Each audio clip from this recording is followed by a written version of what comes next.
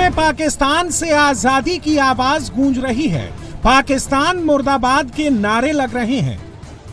अफजल अहमद जिंदाबाद, पाकिस्तान मुर्दाबाद, मुज़फ्फर भुट्टो जिंदाबाद, पाकिस्तान मुर्दाबाद, आसिफ अहमद जिंदाबाद, पाकिस्तान मुर्दाबाद। सड़क पर उतरे लोग आसिम मुनीर का सिर मांग रहे हैं।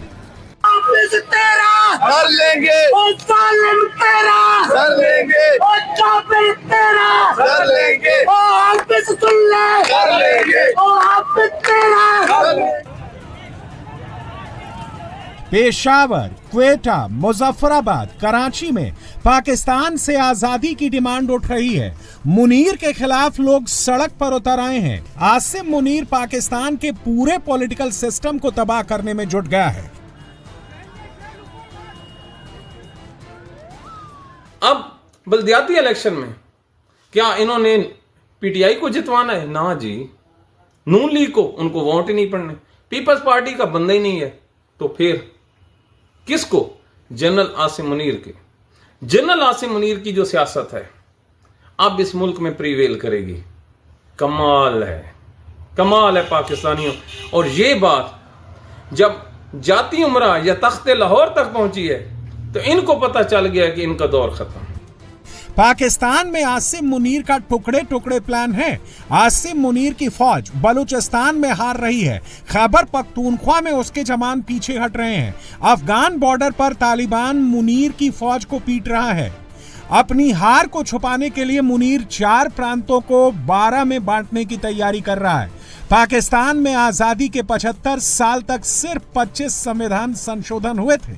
मुनीर के पावर में आने के बाद 2 संशोधन हो चुके हैं। मुनीर के दबाव में शहबाज सरकार तीसरे संशोधन की तैयारी कर रही है। लेकिन मुनीर की इस साजिश को लेकर सिंध और बलूचिस्तान में भयंकर गुस्सा है।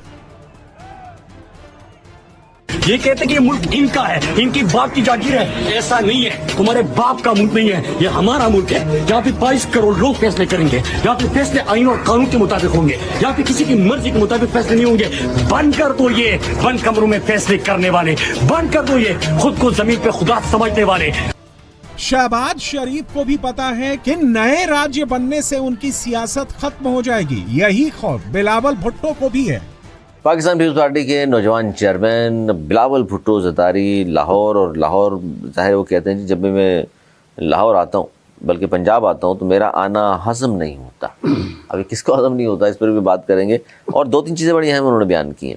एक तो उन्होंने जो कहा वो ये है कि एक पार्लियामेंट से 2 आइनी तरामीम काफ़ी हैं, मज़ीद की गुंजाइश नहीं। अच्छा, ये बड़ी अहम चीज़ उन्होंने कह दी कि एक पार्लियामेंट यानी मौजूदा हुकूमत की वजह से जो पार्लियामेंट इस वक्त बरकरार है तो 5 साल में 2 कहते हैं जी बहुत होती हैं। लेकिन अब तीसरी यानी कि 28वीं आइनी तरमीम का दौरा है, बात की जा रही है, हुकूमत तस्दीक कर रही है इस बात की।